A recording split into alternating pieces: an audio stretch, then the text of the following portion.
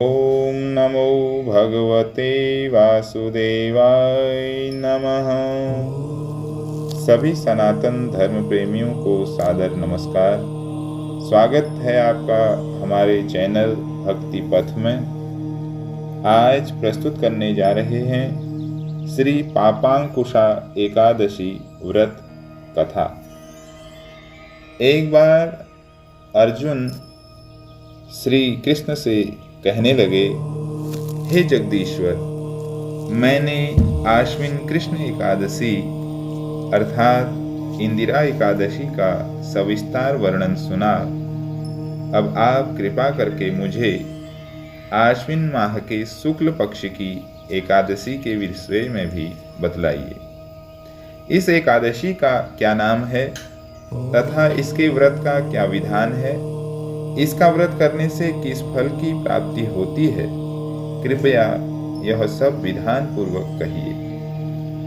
भगवान श्री कृष्ण ने कहा, हे कुंती नंदन, आश्विन माह के शुक्ल पक्ष की एकादशी का नाम पापांकुशा एकादशी है। इसका व्रत करने से सभी पाप नष्ट हो जाते हैं तथा व्रत करने वाला अक्षय पुण्य का भागी होता है। आश्विन शुक्ल एकादशी के दिन इच्छित फल की प्राप्ति के लिए भगवान विष्णु का पूजन करना चाहिए। इस पूजन के द्वारा मनुष्य को स्वर्ग लोक की प्राप्ति होती है।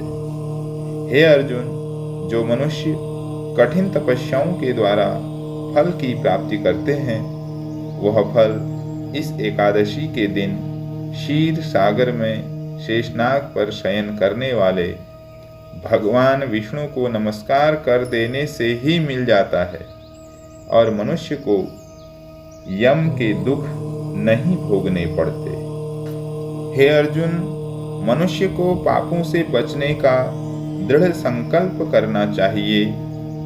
भगवान विष्णु का ध्यान स्मरण किसी भी रूप में सुखदायक और पाप नाशक है, परंतु पापांकुशा एकादशी के दिन प्रभु का स्मरण कीर्तन सभी क्लेशों व पापों का शमन कर देता है।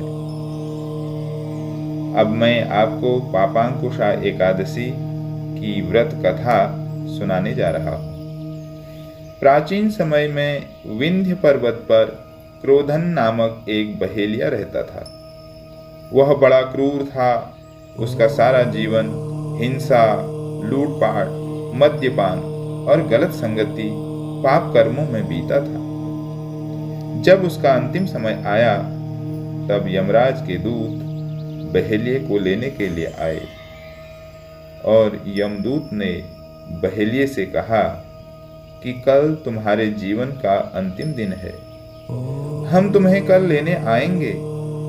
यह बात सुनकर बहेलिया बहुत भयभीत हो गया और महर्षि अंगिरा के आश्रम में पहुंचा और महर्षि अंगिरा के चरणों पर गिरकर प्रार्थना करने लगा, हे ऋषिवर, मैंने जीवन भर पाप कर्म ही किए हैं।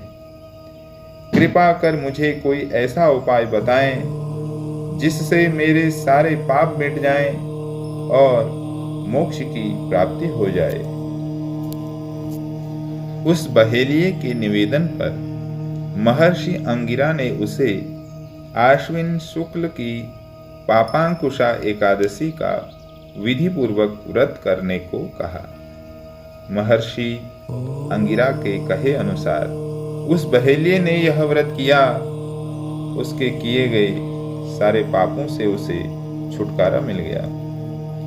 इस व्रत के पूजन के बल से भगवान की कृपा से वह विष्णु लोक को गया। जब यमराज के यमदूत ने इस चमत्कार को देखा, तो वह बहेलिया को बिना लिए ही यमलोक को वापस लौट गए। जय श्री हरि। ओम नमो भगवते वासुदेवाय नमः।